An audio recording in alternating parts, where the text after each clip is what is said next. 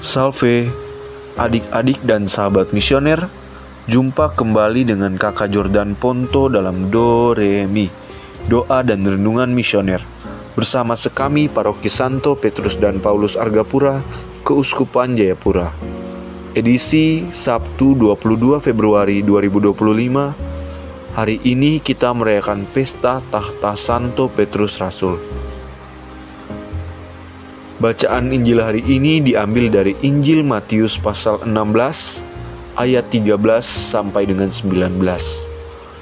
Baiklah, sebelum kita mendengarkan Injil hari ini, marilah kita berdoa. Dalam nama Bapa dan Putra dan Roh Kudus. Amin. Bapa yang baik, karena cinta-Mu kami boleh menikmati hari yang baru. Hari ini kami akan belajar dari kisah Santo Petrus. Kiranya Engkau mau meneguhkan iman kami, agar tidak mudah jatuh saat mengalami badai kehidupan. Bersabdalah ya Tuhan, kami siap mendengarkan. Demi Kristus Tuhan dan pengantara kami. Amin. Tuhan beserta kita, sekarang dan selama-lamanya. Inilah Injil suci Tuhan kita Yesus Kristus menurut Matius. Dimuliakanlah Tuhan. Sekali peristiwa, Yesus tiba di Kaisarea Filipi. Ia bertanya kepada murid-muridnya, "Kata orang, siapakah anak manusia itu?" Jawab mereka, "Ada yang mengatakan Yohanes Pembaptis, ada juga yang mengatakan Elia, dan ada pula yang mengatakan Yeremia atau salah seorang dari para nabi." Lalu Yesus bertanya kepada mereka, "Tetapi apa katamu? Siapakah aku ini?" Maka jawab Simon Petrus, "Engkau adalah Mesias, Anak Allah yang hidup." Kata Yesus kepadanya, "Berbahagialah engkau Simon bin Yunus, sebab bukan manusia yang menyatakan itu kepadamu, melainkan Bapa-Ku yang di surga. Dan aku pun berkata kepadamu, engkau adalah Petrus, dan di atas batu karang ini aku akan mendirikan jemaatku, dan ala maut tidak akan menguasainya. Kepadamu akan kuberikan kunci kerajaan surga. Apa yang kau ikat di dunia ini akan terikat di surga, dan apa yang kau lepaskan di dunia ini akan terlepas di surga." Demikianlah sabda Tuhan. Terpujilah Kristus. Adik-adik dan sahabat misioner, dalam Injil Matius pasal 16 ayat 19, Tuhan Yesus berkata kepada Petrus, "Aku akan memberikan kepadamu kunci kerajaan surga. Apa yang kamu ikat di dunia ini akan terikat di surga, dan apa yang kamu lepaskan di dunia ini juga akan terlepas di surga." Kita tahu bahwa Petrus diuji oleh Tuhan. Lalu mengapa Tuhan Yesus memuji Petrus dan bahkan berikan Petrus kunci kerajaan surga daripada murid-murid yang lain? Untuk mengetahui alasannya, kita dapat menemukan jalan mendapatkan perkenan Tuhan dari pengalaman sukses Petrus. Ketika Tuhan Yesus bertanya kepada murid-muridnya, "Menurut orang, siapakah anak manusia itu?" Dan mereka menjawab, katanya, "Ada yang mengatakan Yohanes Pembaptis, ada yang mengatakan itu Elia, dan yang lain mengatakan Yeremia atau salah satu dari para nabi." Yesus bertanya kepada mereka, "Tetapi menurut engkau siapakah aku ini?" Dan Simon Petrus menjawab, "Engkau adalah Kristus, Anak Tuhan yang hidup." Kita bisa lihat bahwa di antara ke-12 murid, hanya Petrus yang mengenal bahwa Tuhan Yesus adalah Mesias yang akan datang, Kristus yang datang dari Roh Kudus. Oleh karena itu, kita tahu bahwa bagaimanapun orang Farisi mengutuk, menyerang dan menghakimi Tuhan Yesus, dia tidak tertipu dan terus mengikuti Tuhan Yesus. Ini menunjukkan bahwa Petrus memiliki pengetahuan yang benar tentang Tuhan Yesus.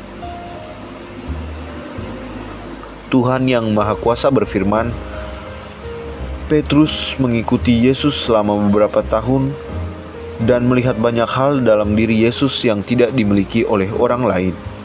Petrus mengukur dirinya sendiri dengan segala sesuatu yang Yesus lakukan. Yang terutama adalah bahwa pesan-pesan yang Yesus khotbahkan tersimpan di dalam hatinya. Petrus benar-benar penuh pengabdian dan setia kepada Yesus, dan ia tidak pernah mengeluh tentang Yesus. Akibatnya, ia menjadi rekan Yesus yang setia kemanapun dia pergi. Ajaran-ajaran Yesus diikuti dan perkataannya yang lembut, apa yang dimakan dan dipakainya, kehidupan sehari-hari, serta bagaimana dia memperlakukan perjalanannya. Semua teladan Yesus dalam segala hal diikuti Petrus.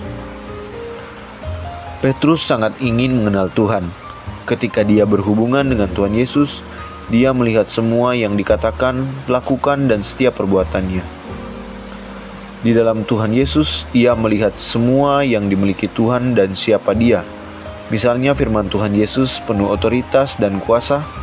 Pekerjaan Tuhan Yesus tidak dapat dilakukan oleh siapapun.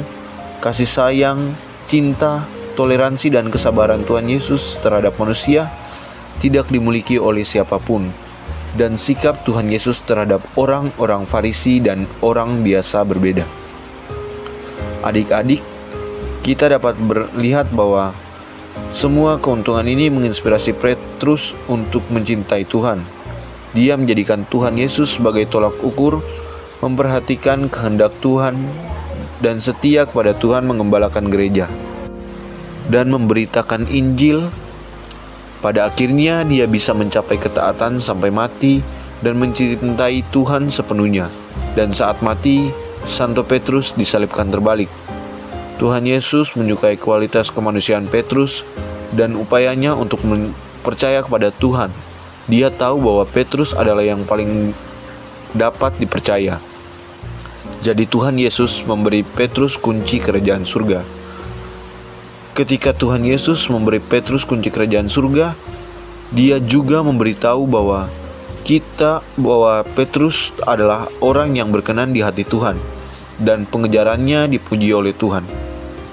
Jika ingin masuk kerajaan surga, kita harus meneladani Petrus dan mengejar dalam hidup kita untuk mengenal Tuhan, mencintai Tuhan, mengamalkan firman Tuhan, dan menjadi orang yang mencintai dan mengenal Tuhan, sehingga ada kesempatan untuk masuk ke dalam kerajaan surga.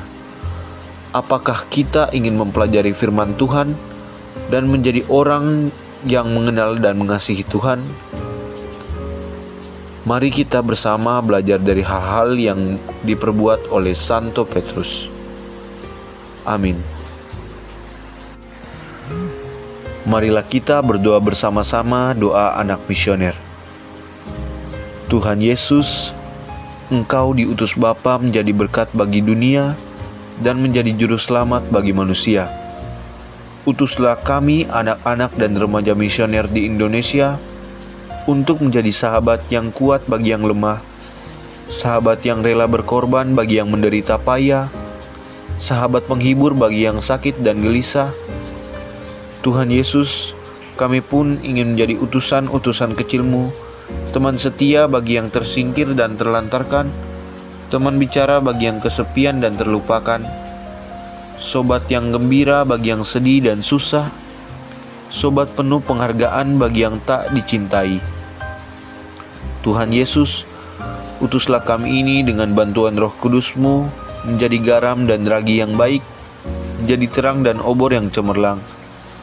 Tuhan Yesus, kuduskanlah badanku dan kuduskanlah jiwaku. Kupersembahkan diriku padamu hari ini. Berkatilah semua anak dimanapun. Berkatilah semua orang yang kami jumpai, siapapun mereka. Amin. Mari kita satukan dengan doa yang diajarkan Tuhan kepada kita.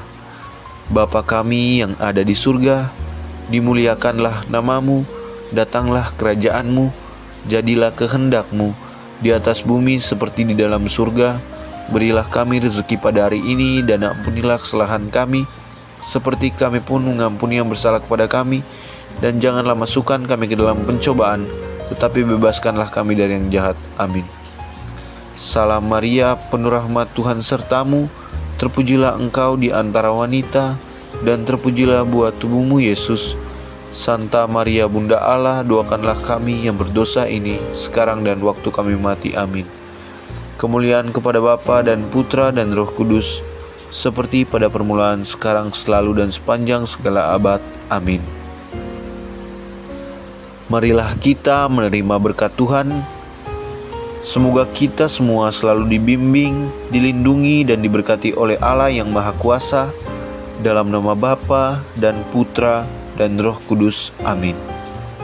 Sampai berjumpa di Doremi selanjutnya.